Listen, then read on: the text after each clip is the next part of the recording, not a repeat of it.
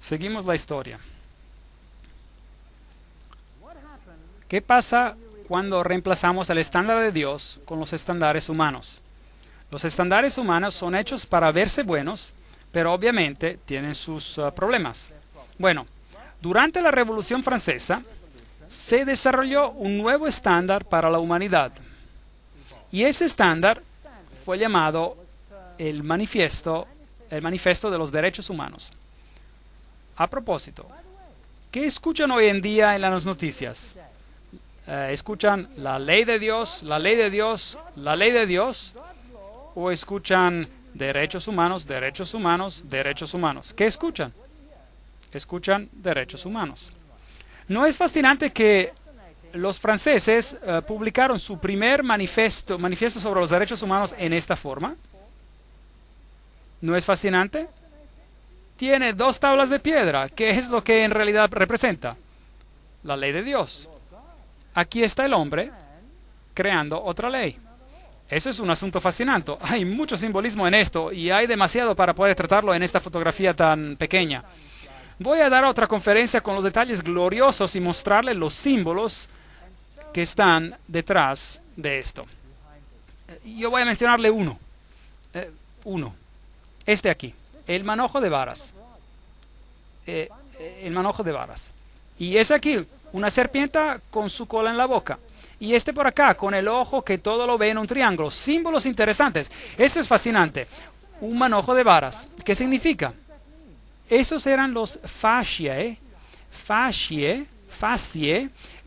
Vean, el procónsul romano tomaba un manojo de varas, las fasciae o fasciae, y los llevaba al monte, y si era aceptado como líder de todos, él ponía una guirnalda en su alrededor de ese manojo, y él se convertía en todopoderoso y en control, todo controlado por el poder de un hombre. Se llama fascismo.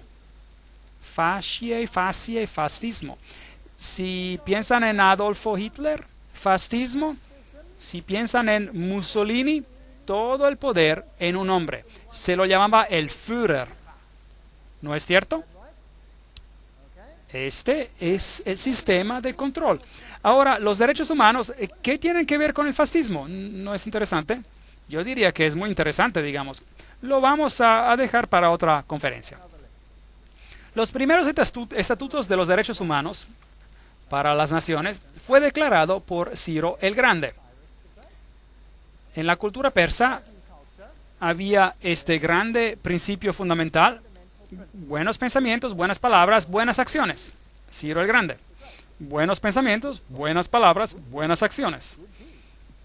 Y su manifiesto era el siguiente. Cuando mis soldados en gran número entraron pacíficamente a Babilonia, yo no permití a nadie que atemorizara a la gente. Tuve en mente las necesidades de las personas y sus santuarios para promover a su bienestar. Liberé a todos los esclavos. ¿No es interesante que Napoleón liberó a los esclavos y terminó la opresión religiosa y todas estas cosas? Yo puse fin a su miseria y esclavitud. Esta fue una bella proclamación. Yo digo que los derechos humanos se ven bastante buenos. Leemos sobre ellos en el Gran Conflicto. Siglo tras siglo la sangre de los santos ha sido derramada. Habla de los valdenses, de los albigenses, y habla de los protestantes que fueron degollados, masacrados, y muchos de ellos bajo el poder de Francia. Esta es la Inquisición y las herramientas de la Inquisición: el hacha que cortaba la cabeza, después instrumentos de tortura terrible, y la mayoría eran torturados por herejía. Pero, ¿cuál es la definición de herejía? Veamos en el artículo. Herejía, página 440. Heresis en griego, elección. Decidir por uno mismo lo que uno va a creer y practicar. Eso es herejía. Entonces, decidir por uno mismo era, en este periodo de los 1260 días o años, era un acto de herejía. Era un pecado castigable con muerte. Eso es muy triste, ¿no es cierto? Eliminando la conciencia del hombre, quitando la conciencia del hombre y creando un poder, vamos a ver cosas muy interesantes. Esos son algunos de los instrumentos que se utilizaban. Estos fueron, por ejemplo, tenazas que se abrían y ponían brasas calientes con las que torturaban a la persona que era interrogada. Estas son las tobilleras. Y noten las púas en ellas, y cuando eran apretadas contra el tobillo entraban hasta el hueso. Esas personas eran muy serias en lo que hacían. Este instrumento en particular fue usado hasta por General Franco en los 1970. Este es un instrumento muy cruel que se ponía alrededor del cuello y empezaban a atornillar ese tornillo. No es una cosa bonita que hacer. Inmovilizadores, por supuesto, tornillos de dedo. Este instrumento es particularmente desagradable. Amarraban las manos hacia la espalda con una soga hasta que quedaba la persona de cabeza en el aire, y luego amarraban una enorme piedra a los pies y la lanzaban desde la plataforma, y la piedra caía arrancando los brazos y sacándolos de su articulación. Esas son cosas terribles que se hicieron en la Inquisición. Yo sé que a lo mejor no se tendrían que mencionar esas cosas, pero la crueldad de este sistema debe ser conocida. Apocalipsis 12:11, y ellos le han vencido por medio de la sangre del Cordero y de la palabra del testimonio de ellos, y menospreciaron sus vidas hasta la muerte. Es para darles una idea de lo que pasaron aquellos pobres cristianos algunas veces por defender su fe y elegir creer en ella. Es muy horroroso, ¿no es cierto? Es muy horroroso. Y estos son algunas de las estacas donde la gente murió por miles, por cientos de miles, por millones a causa de hereses, es decir, de herejía por hacer su decisión. Estos son los hugonotes franceses. Es un monumento hugonote francés en el sur de África. Muchos de los hugonotes en Francia se huyeron y erigieron este monumento representando a la Trinidad. Y aquí hay una mujer parada sobre la tierra representando a la novia de Dios. Y ella se sienta sobre la tierra. Fue de África, de Europa a África. Y en una mano tiene la Biblia y en la otra tiene una cadena. Y ella rompió la cadena que la ataba a Roma y huyó a las tierras lejanas de África, donde se la está masacrando nuevamente, pero bueno, esa es otra historia. Y huyó a América y a tierras lejanas para escapar de la persecución del poder de los 1260 días.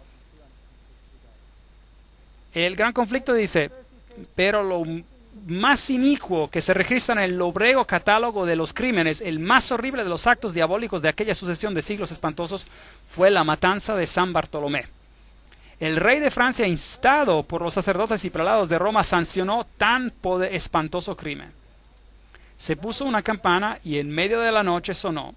En ese momento empezó la matanza de 50,000 protestantes en una noche. Les habían dicho, por engaño, les habían dicho a ellos: trabajemos juntos en el futuro, no peleemos más acerca de todas estas cosas. Y los protestantes pensaron: maravilloso, una palabra amable de parte de Roma, podemos tranquilizarnos y trabajar juntos. E hicieron ecumenismo.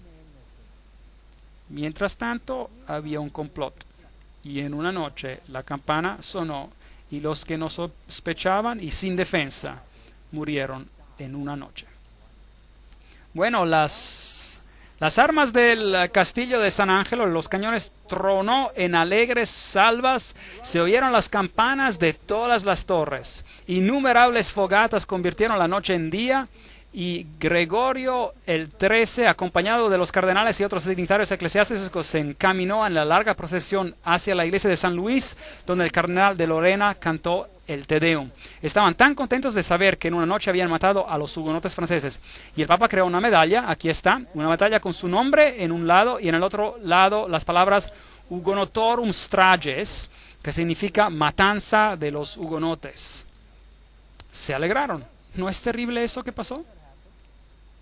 Deuteronomio 11:16. Guardaos pues que vuestro corazón no se infatúe y os apartéis y sirváis a dioses ajenos, y os inclinéis a ellos, y se encienda el furor de Jehová sobre vosotros, y cierre los cielos y no haya lluvia ni la tierra de su fruto, y perezcáis pronto de la tierra buena que os da Jehová. Por tanto, si se alejan de la palabra de Dios y quitan la ley de Dios, si la quitan, pues habrá sequía, escasez. Apocalipsis 11:7.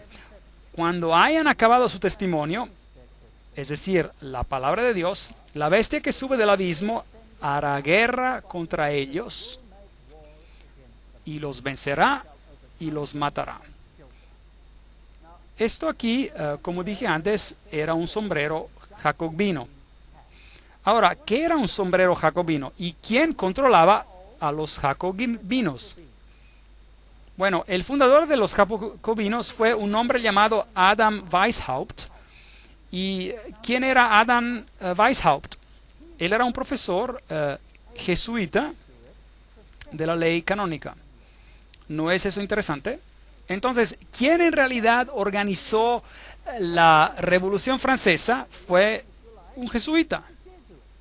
Y fue el padre del jacobinismo. Y también fue el fundador de los Illuminati.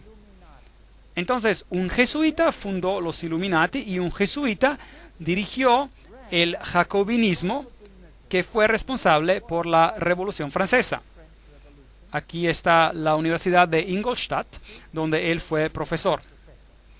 Es interesante que después de la Revolución Francesa, el papado recibió una herida mortal y se volvió insignificante a los ojos de los hombres. Pero en el 1929, el estado más pequeño del mundo fue establecido otra vez. Así que aquí había algo que había recibido una herida y ahora se levantó otra vez. En el 1929, Gasparri firmó el Tratado Laterano y los Estados Vaticanos regresaron a existir. La crónica de San Francisco decía: Mussolini y Gasparri firmaron un acuerdo romano histórico. La cuestión romana esta noche fue cosa del pasado y el Vaticano estaba en paz con Italia, firmando los autógrafos del memorable documento sanando la herida, citando la Biblia casi. Cordialidad extrema se mostró por ambos lados. Es una historia fascinante. El poder parecía tener una herida mortal y luego se levantó nuevamente. Es interesante notar que solamente parecía tener una herida mortal. El engaño es a veces inexplicable. Déjenme mostrarles algunos de los papas que siguieron.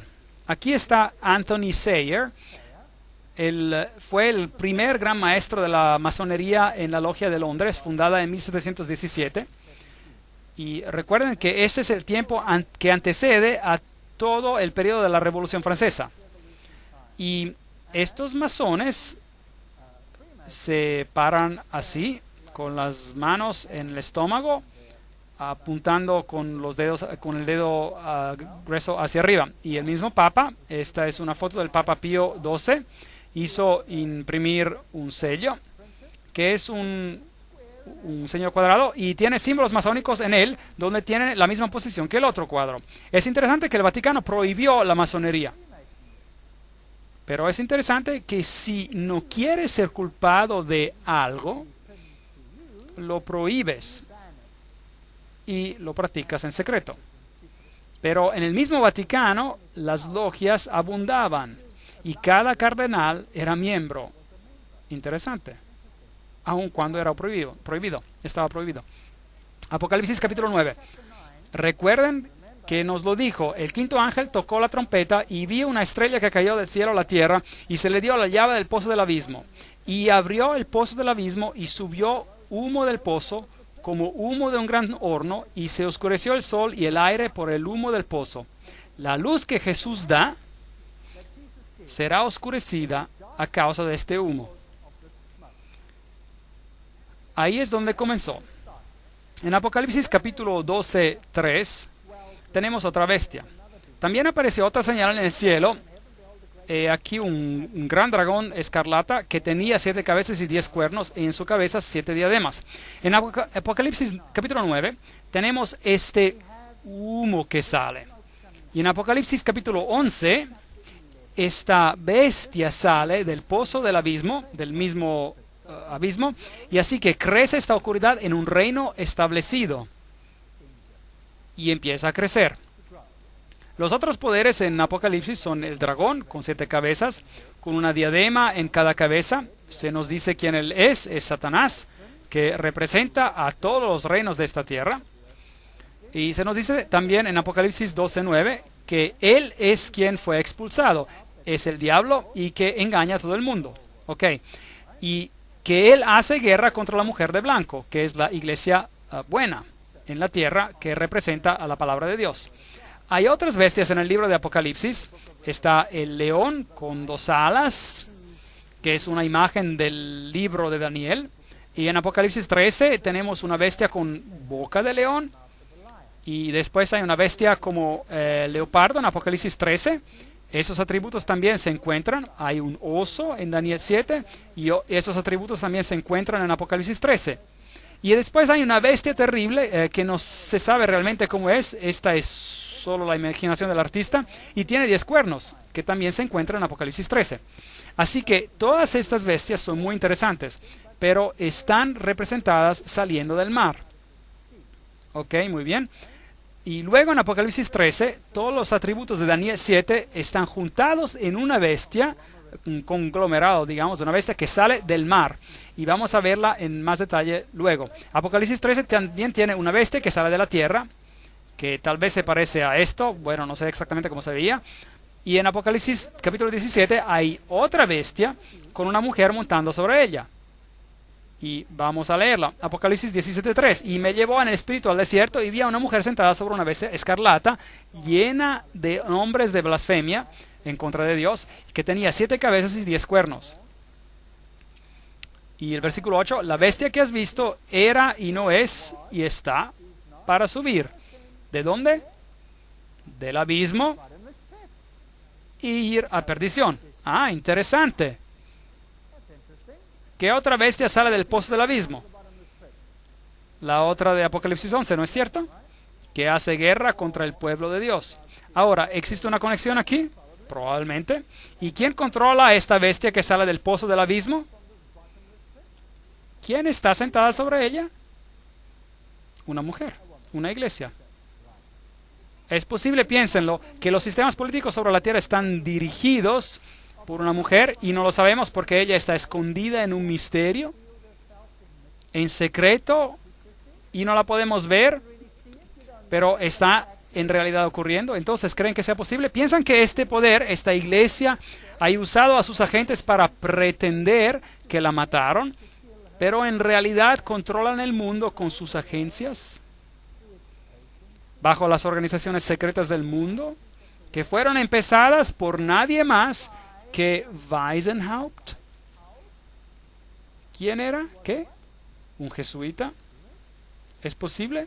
¿Iluminismo? ¿Qué es el iluminismo? ¿A dónde lleva? Es posible que esta guerra contra la palabra y aquellos que representan a la palabra, a la iglesia, va a tener un conflicto con esta nueva entidad política que tiene un nuevo estándar que se llama derechos humanos. ¿Creen que es posible? ¿Qué opinan? Saben, hay un autor quien a 150 años atrás escribió acerca de esto, y voy a citar este autor ahora, pero el punto no es si está en lo correcto o no, es solo para mostrar cómo se percibían los hechos en esa era y comparar sobre lo que el mundo oculto dijo exactamente en la misma era. Vamos a hacer esto, vamos a comparar lo que dice esta fuente con lo que los ocultistas dicen exactamente en la misma época. Y vamos a ver algo fascinante. Entonces, si me permiten, y sin seguir dando más introducción, me gustaría leerles algunas de esas cosas que parecían ser correctas en esta época, hace 150 años, cuando todas estas cosas estaban pasando, la Revolución Francesa y todo lo demás. Por una variedad de imágenes, el Señor Jesucristo presentó a Juan, esto es en el libro de Apocalipsis, el personaje malvado y la influencia seductiva de quienes han sido distinguidos por seguir al pueblo de Dios. La revelación de Dios de los trabajos detestables de los habitantes de los poderes gobernadores del mundo, quienes se unen en organizaciones y confederaciones secretas, deshonrando la ley de Dios, tendrían que permitir al pueblo, que tiene la luz de la verdad, de mantenerse fuera de todas estas maldades. Entonces, hace 150 años ya se percibía esto, que las organizaciones secretas jugarían un rol importante. A Juan, el carácter malvado y la influencia seductiva de quienes han sido distinguidos por su persecución al pueblo de Dios es mostrada. Ahora, ¿quiénes son ellos? La terrible imagen que nos da a Juan es para mostrar de qué manera tan completa los poderes de esta tierra se darán al mal. Y tendría que mostrar a los que han recibido la verdad cuán peligroso es relacionarse con organizaciones secretas o de cualquier manera unirse a ellas. Eso es fascinante, fascinante. Los poderes gobernantes de este mundo que se unen en organizaciones y confederaciones secretas y no guardan los mandamientos de Dios tendrán otro estándar. Aquí hay un texto del profeta Isaías que viene citado y se los voy a leer. Isaías capítulos 8, versículos 9 a 13 dice: Reuníos, pueblos, y seréis quebrantados. En otras palabras, hagan esas confederaciones, esas uniones detrás de las escenas. Planeen juntos como mundo para vencer contra la verdad. Oíd todos los que sois de lejanas tierras, ceñíos y seréis quebrantados. Disponeos y seréis quebrantados. Tomad consejo y será anulado. Proferid palabra y no será firme. ¿Por qué Dios está con nosotros? Esta gente está diciendo, Dios está con nosotros, estamos haciendo lo correcto. Porque Jehová me dijo de esta manera con mano fuerte y me enseñó que no caminase por el camino de este pueblo, diciendo, no llaméis conspiración a todas las cosas que este pueblo llama conspiración, ni temas lo que ellos temen, ni tengáis miedo. A Jehová de los ejércitos, a Él santificad, sea Él vuestro temor y Él sea vuestro miedo. Entonces Isaías está prediciendo que el mundo se confederaría y dice, el Señor está en esto, estamos trabajando juntos como un grupo y estamos haciendo lo correcto y es lo mejor, pero están dejando fuera a Dios y no va a funcionar. Luego, este escritor aplica este texto y dice, hay quienes que se preguntan si está bien para los cristianos pertenecer a los masones u otra sociedad secreta. Necesitamos pensar sobre los versículos citados recientemente. Si somos cristianos, debemos de serlo en todos los aspectos y debemos considerar y obedecer al consejo dado de ser cristianos según el estándar de la palabra de Dios. Eso es fascinante. Por lo tanto, es importante conocer lo que enseñan los masones, o aún más importante, quién fundó la masonería, quién la controla, qué enseñan si en realidad predican contra Jesús y la palabra de Dios. ¿Hacen guerra contra la palabra de Dios, sí o no? Son preguntas que debemos hacernos. La falta de cristianismo de toda la confederación se verá en las organizaciones secretas, porque ellos sirven a dioses insensibles y sin poder para bendecir, como los dioses de los hindúes. Interesantes. Todos los que están bajo el estandarte del príncipe Manuel no pueden unirse a los masones o a cualquier otra sociedad secreta. Cristo no se puede dividir. Yo estoy de acuerdo. Nadie puede unirse a ellos y ser un ser libre ante Dios. Interesante. Los cristianos deben cortar toda atadura que los une a estas organizaciones secretas que no están bajo el control de Dios. No podemos pertenecer a organizaciones secretas. Eso fue escrito hace 150 años atrás. Y luego, una cosa sé, que aquellos que mantienen contacto en ellas serán quemados con las gavillas de cizaña. Declaración interesante.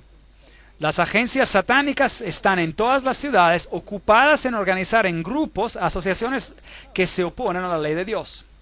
No nos podemos permitir de no permanecer alertas. Y uno de los planes de las organizaciones secretas es de formar grandes monopolios.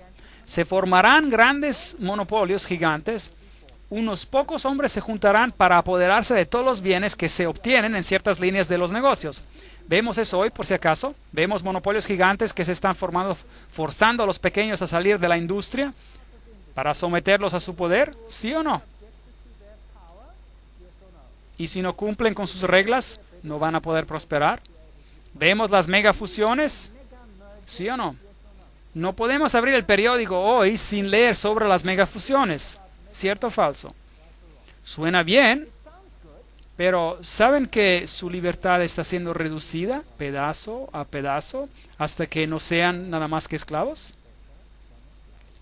Y si se atreven a abrir la boca, bueno, se quedan sin trabajo o sin industria y no podrán comprar o vender. Los sindicatos serán una de las agencias que traerá a esta tierra un tiempo de angustia cual no se ha visto desde el inicio del mundo. La gente no cree en esto. Yo sí. Yo he tenido la desafortunada experiencia de estar del otro lado de un sindicato cuando se vuelven locos. ¿Algunas veces han visto esto? Da miedo. En África, donde yo vivo, los sindicatos son muy poderosos. Y los sindicatos parecen algo bien. Y el concepto se basa sobre los derechos humanos, porque pueden pelear por sus derechos humanos. Pero piensen, si la torta es muy grande o tiene una dimensión y peleo por un pedazo más grande, ¿qué hace esto al pedazo de mi vecino? Hace su pedazo más pequeño, ¿correcto? Estoy amando a mi vecino como a mí mismo cuando hago su pedazo más pequeño para que el mío sea mayor, ¿sí o no? Yo pienso que no. ¿Y qué si se llega al punto en que usted no quiere repartir su pedazo? Bueno, usted simplemente se apodera de su pedazo. Yo he estado al otro lado de este asunto. Me han roto las costillas miembros de sindicatos que usaban las universidades para probar sus puntos al gobierno. Declararon boicotes a todas las clases de la universidad y los estudiantes fueron privados de su educación. Eso significaba que el estudiante iba a perder un año habiendo pagado por sus estudios y iba a perder todo. Entonces la universidad decretó que las clases continuarían. Y yo era profesor, así que dije, las clases siguen. Y los sindicatos nos encontraron pasando clases. Y yo me paré enfrente de las puertas de la clase y les dije, lo siento, no pueden entrar, no pueden pasar. Yo di permiso para que los estudiantes pasen clases aquí. Yo soy responsable, no ellos. Y empezaron a aplastarme y me rompieron las costillas. Los policías estaban alrededor y ¿creían que movieron un dedo? No. Yo tengo la prueba de eso y estuve en la primera plana de todos los periódicos en ese país, en mi país, y nada pasó. Los estudiantes no se salieron con la suya y ellos se fueron después, afortunadamente, por alguna razón se fueron, tal vez hay poder en el poder de la oración, y fueron a otro lugar y destruyeron todo, incluyendo a los pobres estudiantes, los golpearon brutalmente. Mis estudiantes escaparon ese día por la gracia de Dios. Yo he estado en un edificio donde los sindicatos negociaban con personas que no tenían el poder de decidir sobre el asunto. Y ellos empezaron a rítmicamente golpear contra el edificio, como solo los africanos pueden hacerlo, y todo este edificio de vidrio explotó. Increíble, se convirtió en una lluvia de vidrios. Algo terrible. La destrucción que ustedes ven. Una de las agencias que llevará al tiempo de angustias, los sindicatos, que no son de Dios, aquellos que se unen a organizaciones secretas, manténganse alejados de ellos. Esto fue escrito años atrás. En Apocalipsis 11:15, el séptimo ángel dice, tocó la trompeta y hubo grandes voces en el cielo que decían, los reinos del mundo han venido a ser de nuestro Señor y de su Cristo, y Él reinará por los siglos de los siglos. Y los 24 ancianos que estaban sentados delante de Dios en sus tronos, se postraron sobre sus rostros y adoraron a Dios, diciendo, te damos gracias, Señor Dios Todopoderoso, el que eres, el que eras y el que has de venir, porque has tomado tu gran poder y has reinado. Las buenas nuevas son que a pesar de que este poder que empezó primero en Apocalipsis capítulo 9, abriendo el pozo del infierno para traer doctrinas en el mundo que oscurecieron a la luz y trajeron oscuridad sobre la tierra, este movimiento madura y crece a lo largo de la historia y llega hasta la Revolución Francesa. El hoyo del infierno se abre nuevamente y sale un poder que llega a ser un poder político universal que será controlado por una mujer, por una iglesia que va a reemplazar la palabra de Dios y la sustituirá con su propio estándar, su propio EFA, si queremos decir. ¿Tiene sentido? Y se ve bien en papel, pero viola cada principio de la palabra de Dios. Cada principio de los 10 mandamientos es violado. Y es difícil de ver porque parece ser tan bueno. Pero a medida de que continuemos con las conferencias veremos que en realidad eso es el caso. Si tenemos el primer mandamiento que dice, yo soy Jehová tu Dios, no tendrás dioses ajenos delante de mí. Bueno, hubo países que honraron esto. Y si vamos a tener una libertad universal, libertad para todos, donde se acepte todo, esto tendrá que desaparecer, este mandamiento. De hecho, tendrá que decir, tendrás todos los otros dioses menos a mí. ¿Sí o no? Tendremos que tolerar la idolatría o estaremos en problemas. Cuando se trata de blasfemia, ¿no es fascinante prender la televisión y ver que solo un Dios es blasfemado? ¿Lo ha notado? Solo un Dios es blasfemado, ninguno de los otros. Yo siempre encuentro esto fascinante. Quiero escribir a la Comisión de los Derechos Humanos y decirles, saben, en el interés de la justicia e igualdad, ¿no deberían ser todos los dioses blasfemados a igual? ¿No podrían difundir esta idea un poco más por causa de la justicia? Me pregunto cómo reaccionarían.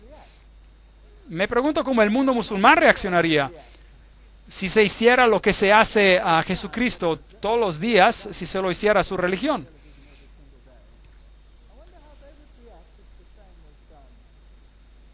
A su religión o a la religión budista o hindú o cualquier otra religión sobre la faz de la tierra, si quisiéramos igualdad para todos. ¿Qué más? Acerca del quinto mandamiento, honra a tu padre y a tu madre. Los niños ahora tienen que ser reeducados bajo otras normas para ser ciudadanos de este mundo.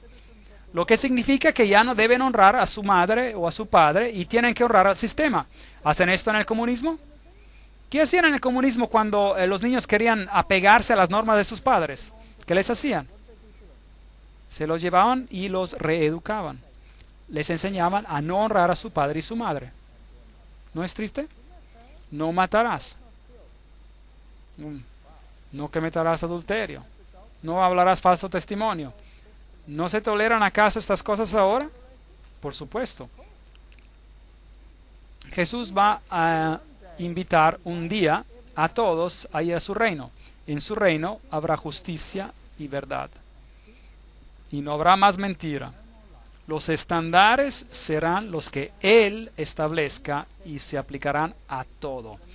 Y se airaron las naciones, y tu ira ha venido, y el tiempo de juzgar a los muertos, y de dar el galardón a tus siervos los profetas, a los santos y a los que temen tu nombre, a los pequeños y a los grandes, y de destruir a los que destruyan la tierra.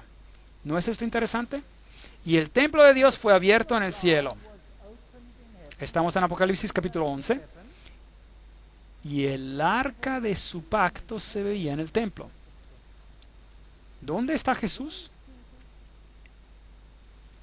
¿En qué recámara del templo? En el lugar santísimo. Increíble, nos hemos cambiado de un tiempo donde Él servía en la primera recámara a un servicio, a ministerio en la segunda recámara, que es sobre el juicio. Y el arca del pacto, los 10 mandamientos, son el estándar universal para lo que es bueno y malo. No hay duda sobre el asunto. Y vemos a esa arca del pacto. Y esto significa que se acaba el tiempo.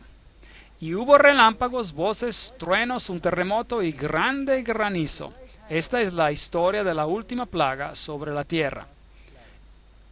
Y el reino de Dios se vuelve en el reino de esta tierra también.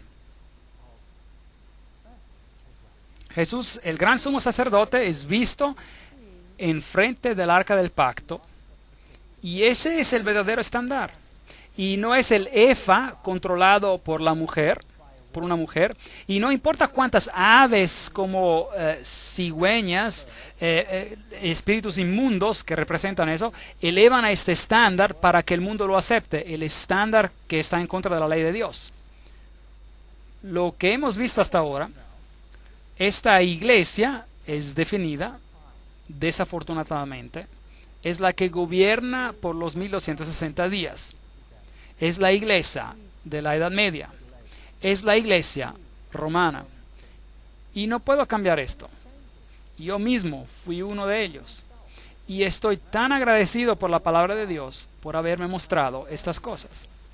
Y detrás de todo esto, detrás de la Revolución Francesa y de todos estos asuntos, vemos las agencias de esta iglesia. Vemos agencias jesuitas detrás de todo. Y hemos visto que las organizaciones secretas, porque todo está cubierto en misterio, van a traer el cambio que anulará la palabra de Dios. En las próximas conferencias vamos a ver lo que hay detrás de las escenas y abrir algunos hechos para ver si es en realidad así. Pero aunque sea así, lo que asumo que va a ser así, Jesús queda siendo en control. Y nos ha permitido ver todas estas cosas y Él ejerce como el sumo sacerdote. Y Él es el Rey de Reyes. Y Él va a regresar en gloria. Y no importa cuánta oscuridad salga del abismo, Jesús está en control. Y no hay por qué temer. Aferrémonos a Él y nadie se perderá. Gracias.